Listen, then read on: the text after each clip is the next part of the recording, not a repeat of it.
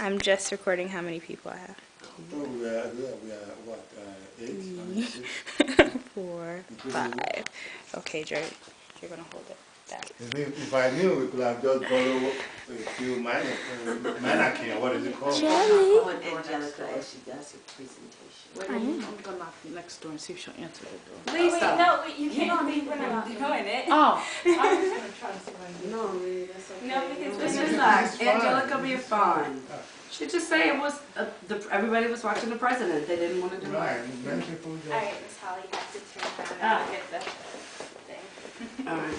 Okay. Y'all gotta come, oh, come over here and look at her. Here, sitting here, sleepy still. You guys so Here, Ty, you sit by the We have window. treats. You watch the call from We'll be eating this while you... Yes. Yeah. Is the battery okay? Yeah, it should be fine. To broaden the blinking. students' door. The green light power thing is blinking. No, you're... Just keep going. Okay. It shouldn't go out. Okay. This is my persuasive speech for the call for more troops and persuasive speech on adding more troops to Afghanistan. Don't let this be confused with a persuasive speech on whether we should be at war or not. It's not about whether we should be there or not. It's about adding more troops. The war in Afghanistan has been going on for about 8 years now. And in April of 2009, more troops were requested, about 40,000 more troops. And that would make for a total of 100,000 troops in Afghanistan. And the commanders asked for that. And President Barack Obama is now in the process of making that decision. As I speak. Currently, there are 62,000 troops in Afghanistan, or around that number. The total amount of casualties so far has been 844. Now, that might not sound like a lot, but if you take that, it's about 100 people per year who are dying. These are people's sons and daughters and brothers and sisters and best friends and moms and dads. And the United States has the highest amount of troops deployed to Afghanistan, and therefore they have the highest amount of casualties. In comparison, New York City is about 300 square miles. It has 37,000 police officers. And Afghanistan is 250,000 square feet and only has 62,000 American troops. So basically what I'm saying is there are more police officers per square mile in New York City than there are troops in Afghanistan.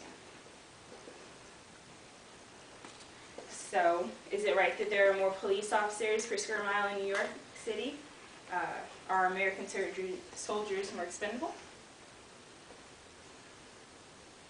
Why are more troops needed? Well, as the war gets farther into Pakistan and there are more insurgents trying to bomb and hurt our soldiers, we don't have as many troops who are going to be there to defend our other soldiers or back them up. That's another reason why in August, when there was the big thing with the voting, that so many people died, how there was 14 buildings bombed and a lot of soldiers killed. The need for more properly trained personnel in a war zone, and without more troops, then the time that we might be at war may be longer. You're talking about 10, 15 years at war. We're already at 8. Black Border Security. This is a civilian security contractors that go into Iraq and Afghanistan, and they're paid about $100,000 per year to be contracted to be over there, and they aren't trained like the United States Army. They train for maybe 2 to 3 days in different specific things like guarding people or learning how to shoot. So these people are given the same responsibilities but aren't trained as much. And would you trust somebody like that to have your back when you're going to war? When you're going through training for almost a year? Send more troops so more can come back. As I said, those people who are trained as well, they won't be able to fight and have people back home, like, backing them up. So we would send more troops in so more can come home. And the plan is to send 40,000 troops over a period of 6 months. So it wouldn't be like when Bush requested for more troops to go into Iraq and send them all at one time. They would be going in over installments. So as I said, Barack Obama is currently in the process of making that decision. And he said it's not one that's going to be taken lightly.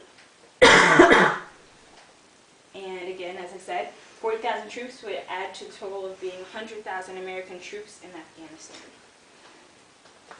In conclusion, the ratio of the coalition in Afghan security forces to the population is projected through 2011 to be significantly lower than 20 troops per 1,000 people. So out of 1,000 people in Afghanistan that are civilians, there's only going to be 20 troops per 1,000 civilians.